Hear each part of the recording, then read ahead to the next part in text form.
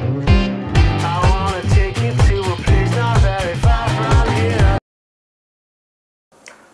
안녕하세요. 이승훈 부동산 연구소의 이승훈 소장입니다. 자, 오늘은 세금에 대해서 말씀을 좀 드리려고 합니다. 자, 오늘 세금 중에서도 여러분들 가장 궁금해 하시는 내용이죠. 양도소득세에 대해서 한번 간략하게 짚어보도록 하겠습니다. 자, 양도소득세. 뭔가요? 양도소득세라는 것은 토지나 건물 등을 유상으로 양도하여 얻은 소득에 대해 부과하는 조세다. 매도금액에서 취득할 때의 가격과 필요경비, 양도소득 공제에 해당되는 공제금액을 뺀 나머지에 대해 부과한다. 이게 이제 사전적인 정의인데, 여러분들 양도소득세에 대한 개념 자체는 사실 모른다고 생각하지는 않습니다. 우리가 나중에 처음에 산 금액이 있고요. 나중에 판 금액이 있죠. 그럼 판 금액에서 산 금액을 뺀 순수한 우리 이득에 대해서 얼마를 벌었느냐에 대해서 거기에 납부하는 세금이다. 이렇게 생각하시면 됩니다. 그래서 양도소득세 하나씩 봅니다.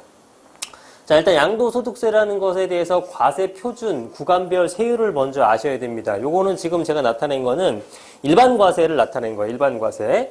자, 일반 과세를 나타낸 건데, 이게 중과세가 되게 되면 지금 현재 조정 대상 지역에서 2주택자는 현재 보이고 있는 이 세율에다가 10%포인트가 구간별로 더 더해지는 거고요. 지금 6%에서 15%, 24%, 35%, 37%, 40%, 42%까지 있죠. 근데 그게 2주택자가 조정 대상 지역에서 매도를 한다라고 하면 16%에서 52%가 된다는 얘기가 됩니다. 그 다음에 3주택자는 일반 과세보다 20%포인트가 높아지니까 26%에서 62%까지 되는 거죠. 그 다음에 실무적으로는 이 양도소득세에다가 10%의 지방교육세가 더 붙기 때문에 실제로는 예를 들어서 6%다 그러면은 0.6%가 더 붙어서 6.6%. 아까 최고 구간이 3주택자 62%였죠? 그럼 6.2%가 더 붙어서 68.2%의 최고 구간 세율도 나올 수 있다라는 거. 그러면은 거의 70% 뺏어가는 거니까 못 팔죠? 그렇게 되는 경우가 생기는 겁니다. 자, 그래서, 이 밑에 누진공세액이라는 것은 계산하기 편하게 나타낸 공식인데 굳이 모르셔도 상관은 없고요. 일단 계산하는 방법만 아시면 됩니다. 예를 들면은 우리가 2억에 어떤 취득을 해가지고 나중에 이거를 3억에 팔았다. 3억에 매도를 했습니다. 그러면은 여기에 대한 차익분이 얼마냐? 1억이죠, 1억. 네, 이 1억을 여기다 구간하는 거예요. 그러면 1200만 원에다가 6%니까 지금 1억을 벌었고요. 우리가 1억을 벌었을 때 6%에다가 1200만 원에 곱하기 6%면 얼마죠? 이게 72만 원이 나오는 거예요. 그죠? 그 다음 구간 1200만 원에서 4600만 원까지 요 구간이 몇이냐면은 요 구간이 3,400만 원의 사이죠? 1200에서 4,600까지가 3,400만 원 구간이잖아요. 그 3,400만 원에다가 15%를 곱하는 겁니다. 그죠? 예. 3,400에다 15%. 그러면은 얼마가 나오냐면은 요게 510만 원 정도가 나오게 되겠죠. 그죠? 그 다음에 4,600에서 8,800까지의 요 구간이 얼마죠? 이게 4,200만 원 구간이죠? 4,600에서 4,200 더하면 8,800이 되죠. 그럼 4,200에다가 24%를 곱하게 되면은 요거는 계산이 얼마가 나오냐면 1,008만 원이 나옵니다. 1,008만 원. 그러면 1억까지였으니까 이제 나머지 8,800에서 1억까지의 구간이겠죠? 그게 얼마예요? 1,200만 원이죠. 1,200만 원. 그죠? 그럼 1,200만 원에서 35%를 곱해주게 되면은 350만 원, 70만 원, 420만 원이 되는 겁니다. 그죠? 이해되셨죠? 자, 그러면 이걸 다 합칩니다. 72만 원, 510만 원, 1,008만 원, 420만 원 더하게 되면은 이게 계산이 얼마가 나오냐면 582에다가 1,008만 원이면은 1,590만 원에 420. 2,010만 원이 나온다. 이렇게 됩니다. 그러면 여러분들은 일반 과세일 때, 자, 2년이 보유를 해야지만 일반 과세가 되는 겁니다. 그러면 1년을 보유하면 일반 과세가 되는 겁니다. 근데 자, 1억짜리를 내가 수익을 얻었다. 그러면 나는 2,010만 원의 양도소득세를 내고요. 실무적으로는 여기 10%인 201만 원 정도의 지방교육세를 내게 되니까 다 합산하면 2,211만 원 정도가 되겠네요. 그러면 나는 1억 수익을 냈는데 2,211만 원 빼고 7,789만 원의 수익을 낸 겁니다. 그죠? 세후 수익은 7,789만 원이 되는 거예요. 자, 무슨 얘기인지 이해가 되시죠? 자, 지금 제가 설명드린 거를 잘 이해하셔야 되는데, 요즘엔 대부분 아십니다만, 아직도 이걸 모르시는 분들이 있으니까, 부동산에 지금 초보이신 분들도 있을 테니까, 그런 분들이 실수하는 거, 내가 1억을 벌었다고 하게 되면은, 구간이 여기에 들어가네? 8,800에서 1억 5천 사이 1억 9건이 들어가네? 그럼 1억 곱하기 35%니까 3,500만 원 세금 내야 되는구나. 이렇게 계산하시는 분들이 있는데 이게 아니란 얘기입니다. 이 세율별, 구간별 세율을 다 곱해서 해주면 돼요. 그럼 이 누진공제액이라는 건 무엇이냐? 실제로는 3,500만 원인 줄 알았더니 원래 계산 우리가 실제 세금 납부할 걸 얼마 계산됐죠? 2,010만 원. 그쵸? 그래서 요거는 누진공제액이라는 것은 여러분들이 계산하기 쉽게 만들어낸 겁니다. 이미 다 계산을 해버린 거예요. 그래서 1억짜리인데 이거 계산 다 더하면 머리 아프니까 1억짜리면은 35%짜리로 계산해요. 그럼 얼마나요? 3,500이죠? 실제로는 1,490만 원으로 공제를 합니다. 누진공제액을. 그럼 1,490만 원을 공제하게 되면 요게 정확하게 이 금액이 나오는 거예요. 그래서 계산 산식은 두 개가 있죠. 각각의 구간별로 계산해서 해도 되고요. 여기다가 퍼센티지를 곱한 다음에 그 누진공제액을 제외시켜줘도 됩니다. 무슨 얘기인지 아시겠죠? 1억을 벌게 되면은 한 2천만 원 세금을 낸다라고 생각하시면 됩니다. 그런데 이제 특이한 점은 세금이 많아지면 많아질수록, 그죠? 수익금이 많아지면 많아질수록 퍼센트는 높아져 가는 거죠. 그죠? 당연하죠? 많이 번 사람한테는 더 많이 내라. 이런 과세 체계가 양도소득세입니다. 이런 걸 이제 누진세라고 하고요. 이런 것들은 사실 주택에 대한 취득세도 마찬가지고요. 1%, 2%, 3%로 다원화되어 있고 양도세도 마찬가지고 증여세나 상속세나 뭐 우리 일반 소득세 같은 것도 그렇고요. 종부세도 그렇고요. 재산세도 그렇고요. 대부분의 세금들이 많이 번 놈은 많이 내라라는 이런 누진과세 체계를 적용하고 있습니다. 누진과세가 아닌 것들도 있었죠. 대표적인 게 부가세, 그죠? 부자가 사 먹든 서민이 사 먹든 똑같이 10%, 예, 이런 세금도 있습니다만 보편적으로는 이런 누진과세 체계가 이루어진다라고 보시면 됩니다. 양도소득세에 대한 과세 표준이에요. 그럼 세금은 어떻게 나오냐면 이런 과세 표준을 구하고 거기다가 세율을 곱하면 그게 세금이 나오는 겁니다. 그럼 세율은 이건 법으로 정해진 거죠? 딱 정해진 겁니다. 딱 정해진 거예요. 고정된 거예요. 그리고 나중에 법령이 바뀌거나 시행령을 바꾸면서 법률이 이 세율이 바뀔 수도 있겠죠. 대표적인 게 요 42% 구간. 예, 요것이 원래 없었다가 신설된 구간입니다. 올해 2018년도에. 자, 이렇게 되는 거예요. 자, 그러면 간단하게 계산할 수 있겠죠? 내가 5억을 벌었어요. 5억. 5억을 벌었으면은 여기에 들어가죠? 그러면 5억에 40%면 2억이죠? 2억. 근데 실제로 2억 내는 게 아니라 공제액 2,540만 원 빼니까 얼마입니까? 1억 7,460만 원을 낸다. 이렇게 되는 거예요. 이해되시죠? 그거를 각각 계산해서 더해도 이 계산이 나와요. 그죠? 자, 이렇게 보시면 된다는 겁니다. 이해되셨죠? 계산하는 방식에 대해서.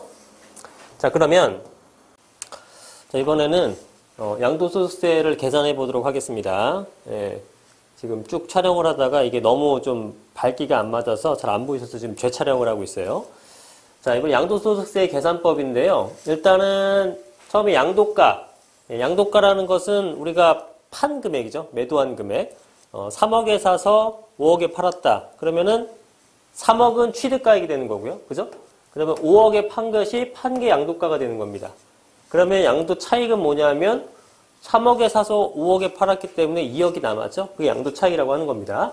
근데 3억에 사서 5억에 팔았다고 하더라도 정확하게 2억이 남는 건 아니에요. 왜냐하면 경비가 몇 가지 들어가 있죠. 경비가. 그게 뭐냐면은 취득할 때 일단 취득세라든가 그 다음에 법무비라든가 중개수수료 대표적이죠. 이 세 개는 꼭 들어가죠. 이런 것들.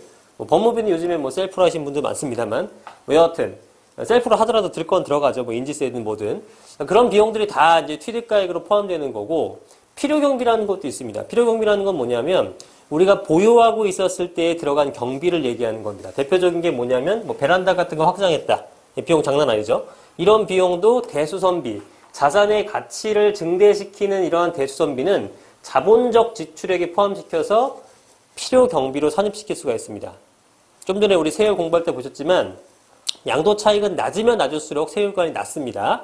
그래서 우리는 많이 못 벌었다. 이걸 증명해야 돼요. 많이 못 벌었다. 이거 쓰느라고. 그래야지만 세금을 적게 내는 겁니다. 그래서 이런 것들이 대충 한 2천만 원 정도가 들어갔다라고 한다면 3억에 사서 5억에 팔았지만 실제로는 2억 남은 게 아니라 1억 8천만 남았다. 이렇게 신고하면 되는 겁니다. 그죠? 근데 이제 유념하실 건 뭐냐면 이 자본적 지출액 필요경비에서 물론 이제 취득할 때 중개수수료, 양도할 때 중개수수료 다 포함되는 거고요. 그 다음에 이런 베란다 확장 같은 것들, 이런 수리 같은 것들이 다 되는구나. 전부가 되는 건 아니에요. 표현상으로는 자산의 가치를 증대시키는 대수선비만 된다 그랬죠? 그래서 우리가 도배장파를 한다거나 뭐 문고리가 고장나서 문고리 수리를 한다거나 이거는 당연히 해야 되는 거지 자산의 가치가 증대되지는 않습니다. 그렇죠?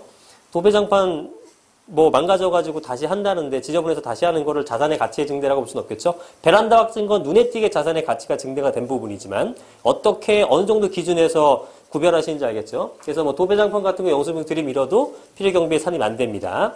보일러 수리 같은 거 될까요? 안 됩니다. 보일러 교체는 어떻게 될까요? 됩니다. 네, 보일러 교체는 또 되고요. 그래서 그런 기준점이 몇 개가 있어요. 여하튼 그렇게 해서 양도 차익이 나오게 되면요.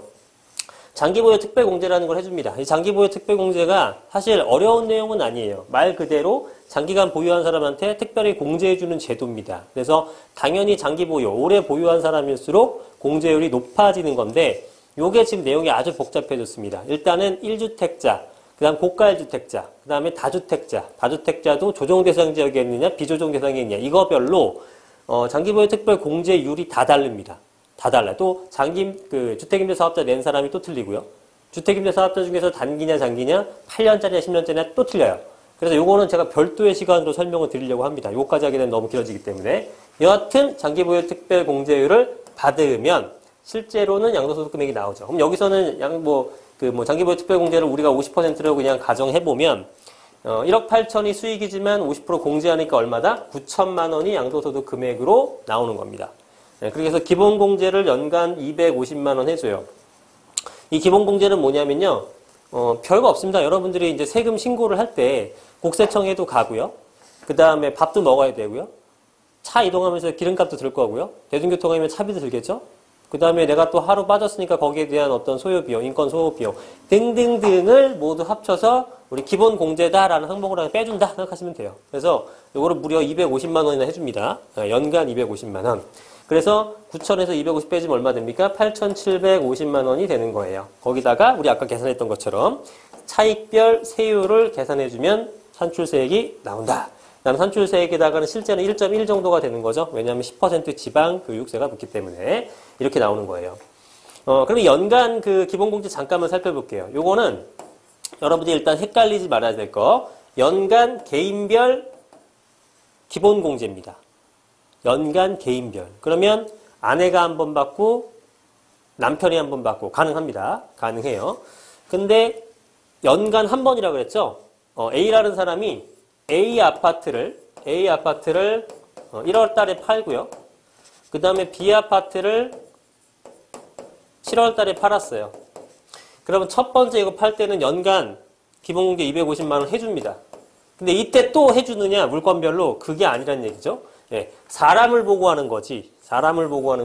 이 물건별로 해주는 게 아니다. 근데 물건별로 다 계산할 때 250만 원씩 하시는 분이 있더라고요. 그게 아닙니다. 연간. 예.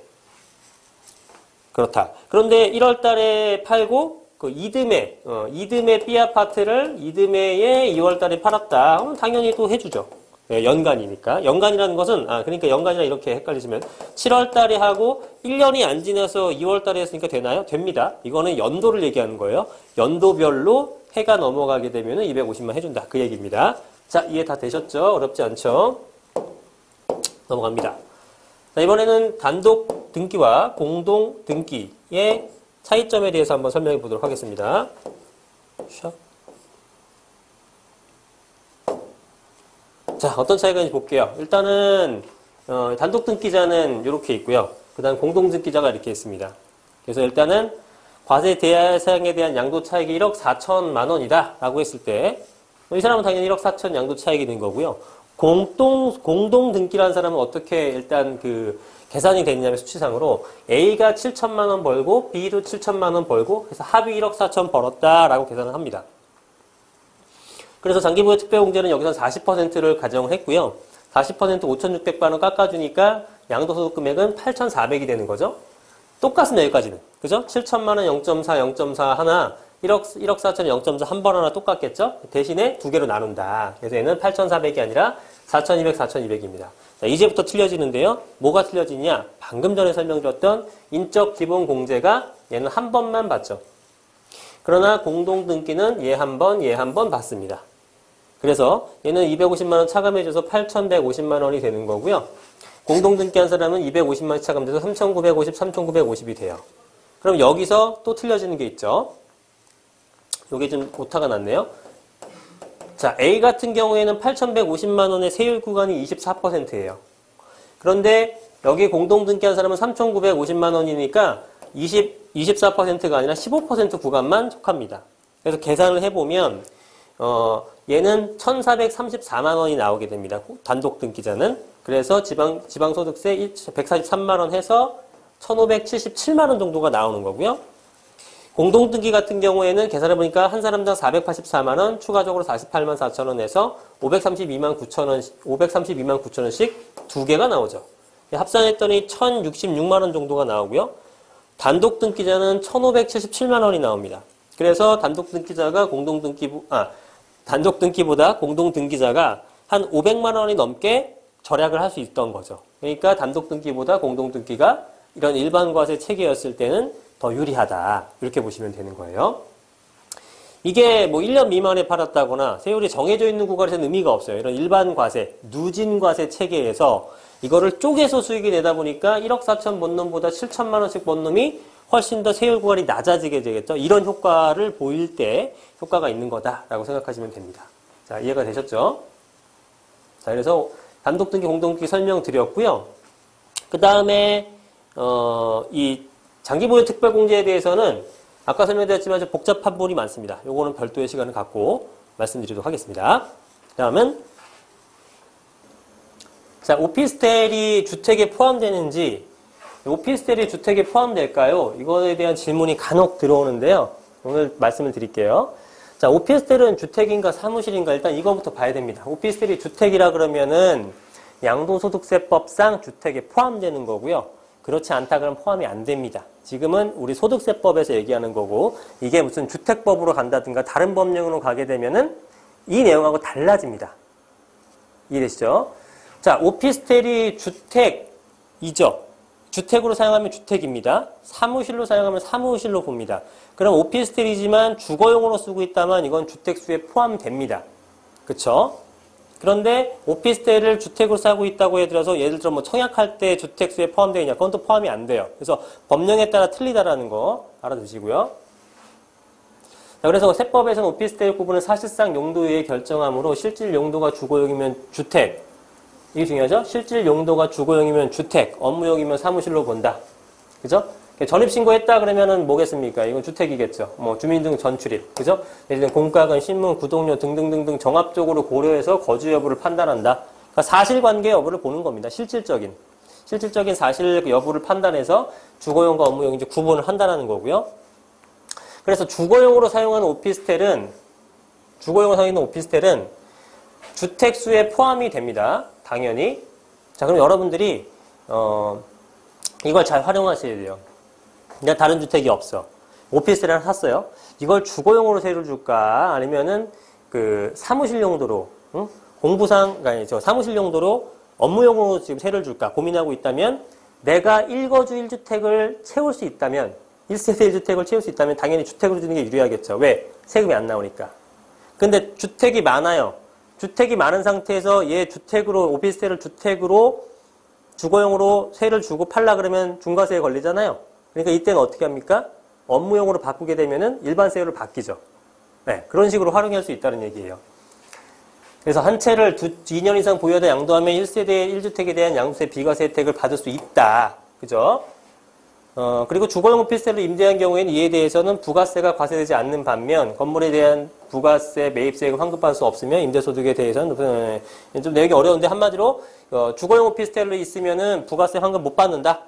그 다음에 업무용으로 받으면 부가세 환급 받을 수 있다. 이렇게 차이가 있다고 생각하시면 됩니다. 자, 그 다음에 같은 내용이죠. 업무용으로 사용하는 오피스텔은 부가세, 매입세 환급이 가능하다. 그러니까 업무용일 때는 부가세 환급이 가능하다. 그죠? 주거용일 때는 환급 안 된다. 주택수에서도 제외된다. 그죠? 주택수에서 제외된다. 자, 그리고 오피스텔 임대료에 대해서는 부가세와 소득세 납세 의무가 발생하게 된다. 업무용으로 쓸 때. 그러니까 업무용으로 쓸 때는 부가세를 환급받되 세입자한테 부가세 10% 받아갖고 납부 의무가 생긴다. 그 개념입니다. 무슨 얘기인지 아시겠죠? 자, 그 다음에요. 요걸 한번 보겠습니다. 자, 이거는 이렇게 하죠. 오늘은 여기까지 해야겠네요. 장기보유 특별공제에 대해서는 별도의 시간을 좀 갖는 게 낫겠네요. 자, 여기서 주거용으로 사용한 오피스텔은 본인의 주택수에 포함된다. 자, 요거를 잘 판단하십시오. 그러니까 오피스텔은 포함된다, 안 된다가 아니라 오피스텔을 주거용으로 쓰고 있다라면 주택이고요. 업무용으로 쓰고 있다면 주택이 아닙니다. 네, 그거예요. 자, 실사용 여부가 중요한 거예요. 자, 그렇고요. 이번 주에 세미나에 대한 안내를 좀 해드릴게요. 지난주에는 주택임대사업자 절세 전략을 했는데 이번 주에는 주택시장에 무슨 일이 일어났나, 과거와 현재에 대한 주택시장에 대한 역사를 한번 짚어보는 시간을 갖도록 하겠습니다. 다음 주에는 이제 GTX 관련된 교통 호재를 하려고 하는데 뭐 내용은 좀 변동될 수 있으니까 미리 문의 주시면 좋겠고요. 저희는 매주 목요일날 오후 2시에 진행을 합니다. 그리고 토요일날 주말밖에 안 된다 이런 분들 많아서 매달 첫 번째 주 토요일날 2시에도 강의를 진행하고 있고요. 문의 전화는 0254-0086번입니다. 0254-86번. 자, 11월 22일날 이번 주 세미나는 주택시장에 무슨 일이 일어났나 궁금하신 분들은 저 문의 542-0086번으로 전화 문의 주셔서 예약하시고 오시면 되겠습니다. 자, 오늘은 우리 양도소득세에 대해서 한번 살펴봤고요. 좀 미진한 부분이 있었는데 그런 것들은 우리 장기보유 특별공제 오늘 지금 시간이 없어서 빼놨는데 그런 부분들에 대한 것과 그다음에 조정대상 지역에서 다주택 중과세 뭐 이런 내용들 설명할 게 굉장히 많습니다. 그런 건 다음 시간에 하도록 하겠습니다. 여러분들 구독과 좋아요 많이 눌러주시고요. 다음에 더 좋은 영상으로 찾아뵙도록 하겠습니다. 네, 지금까지 이승훈 선생님이었습니다. 감사합니다.